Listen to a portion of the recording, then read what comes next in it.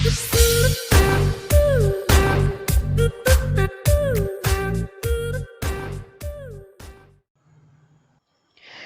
everyone, welcome to Graduate Yourself. I am Devansh and I hope you all are doing a great job.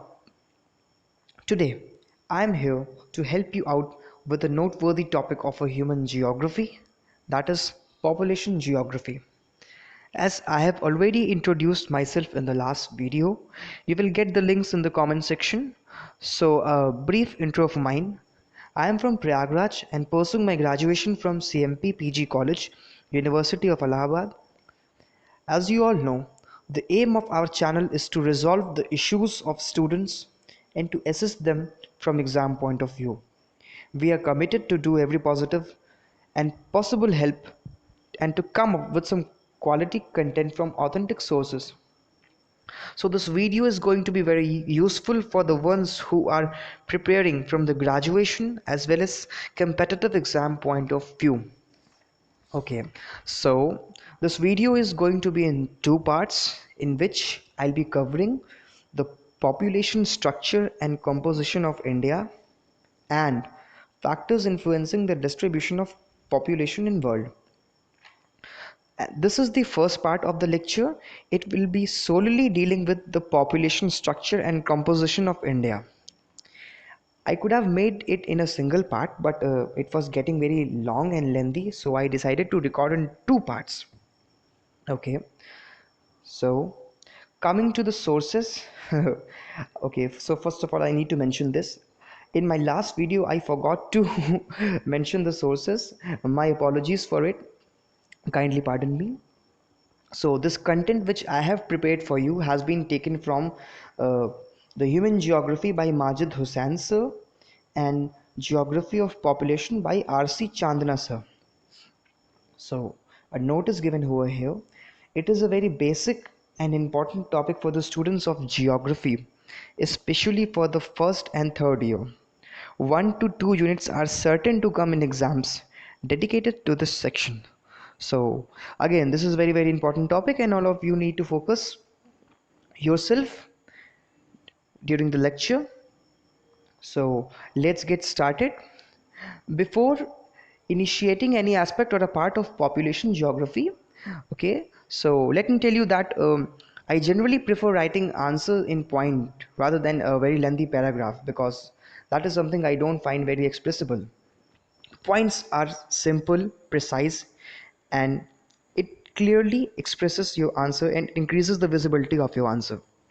That's why I prepared this entire content point wise. Okay, so let's start. Before starting, let us have a glance towards what exactly is the population geography. So, the population geography is a division of a human geography. It is the study of the ways in which spatial variations in the distribution, composition, migration, and growth of population are related to the nature of places. It means that the population geography is an integral part of a human geography.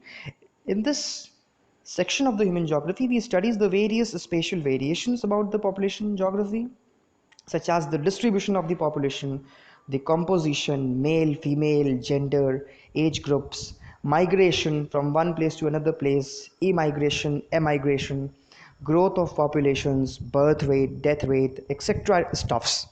Okay, so moving on further, some basic terminologies are given over here which you must know before stepping on further.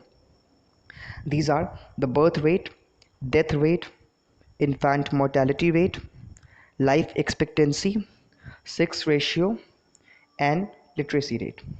So let's know each of them. First, what is birth rate?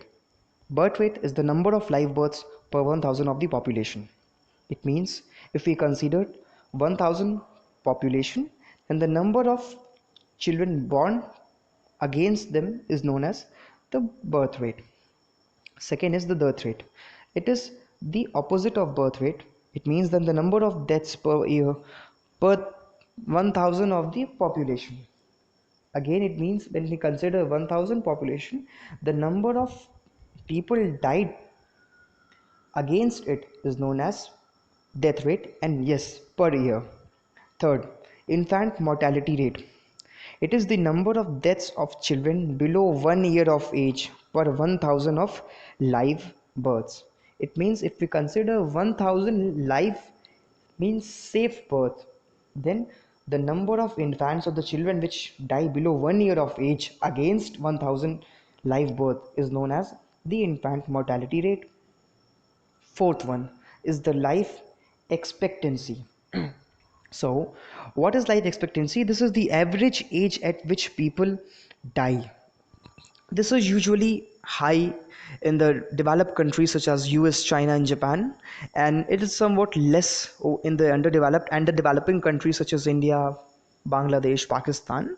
So, the life expectancy of India is about 69 point something, and it usually fluctuates between the range of 65 to 70.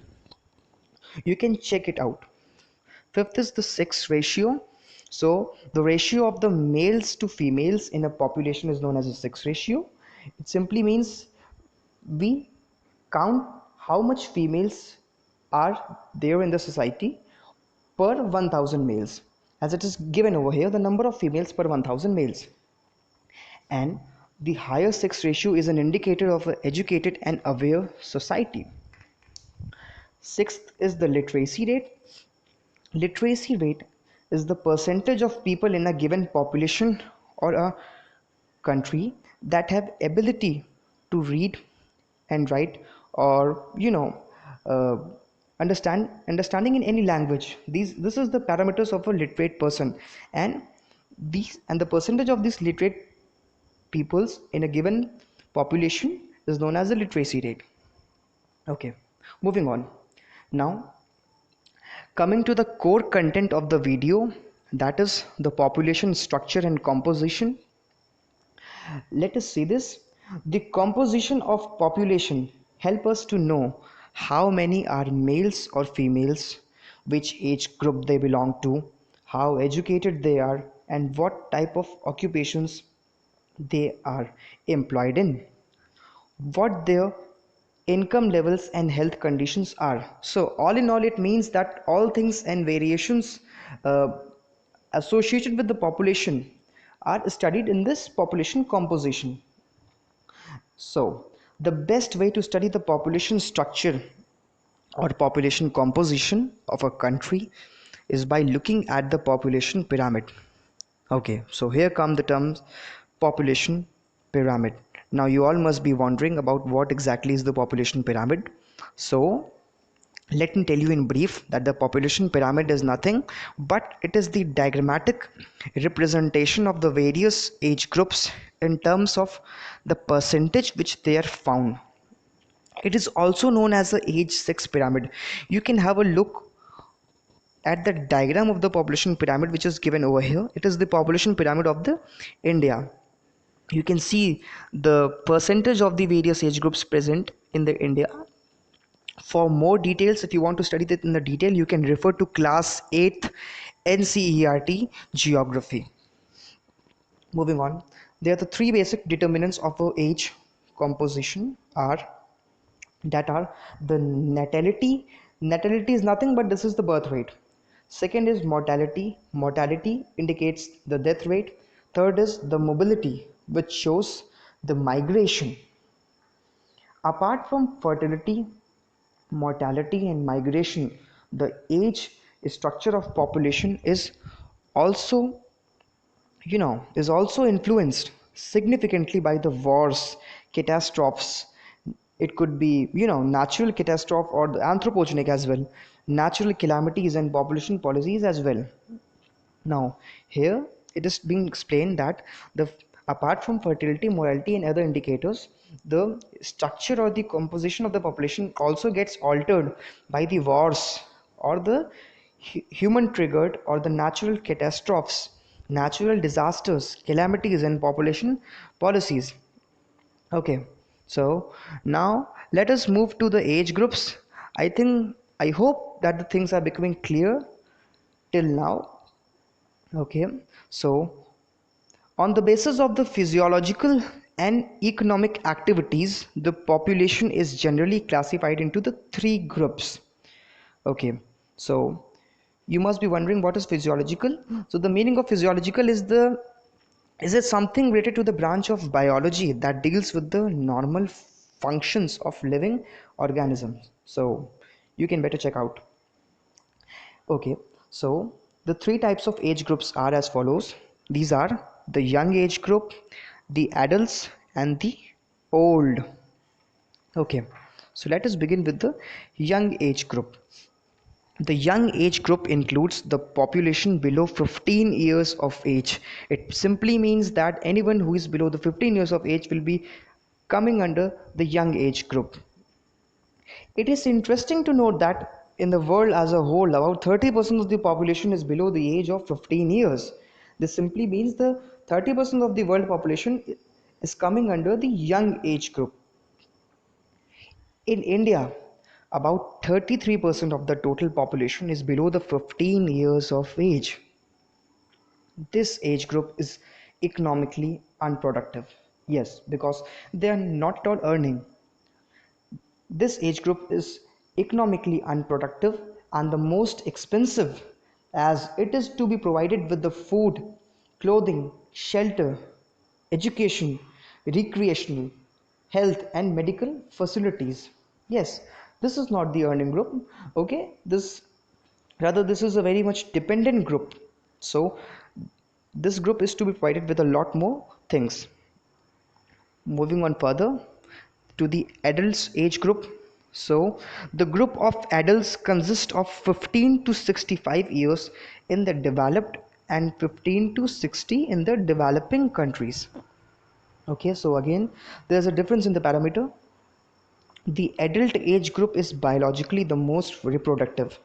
Yes, they have the reproductive power, economically the most productive, and demographically the most mobile. Okay, yes, this age group is economically productive because this is the earning age group.